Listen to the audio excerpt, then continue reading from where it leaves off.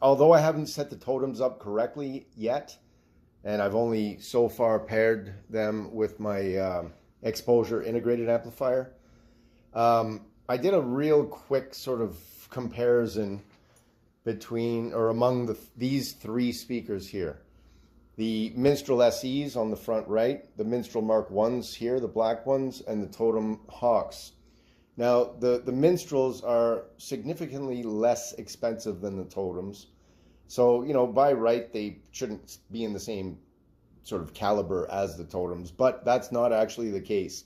They both, in fact, the Totems sort of share qualities of both of these Minstrels.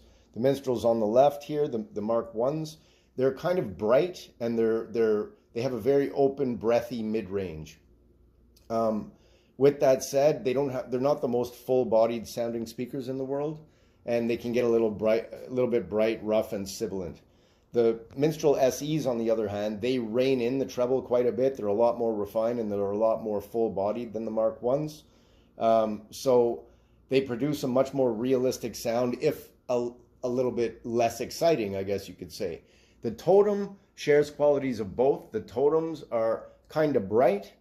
They have a very transparent and open and holographic mid-range, which, by the way, these two here, they exhibit a holographic mid-range as well. They are holographic sounding speakers. They have great imaging and great dimensionality.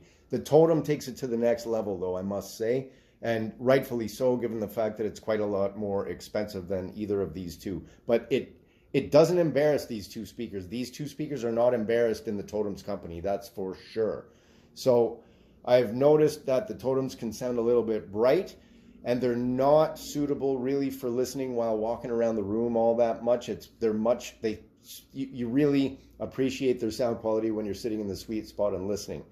But I find their treble to be a little bit hot. Again, I have not set these things up correctly at all, so I'm just sort of playing around tonight. My apartment's in a big mess right now. I'm just in the middle of a few things.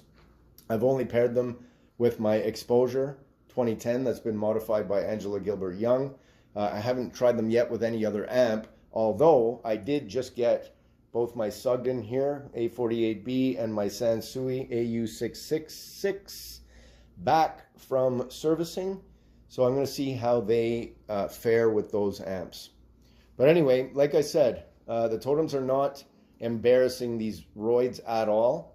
But they definitely are in a higher league, but they're, you know, I'm enjoying all of them. Let's just put it that way. I'm having a good night tonight just listening to tunes and comparing these speakers.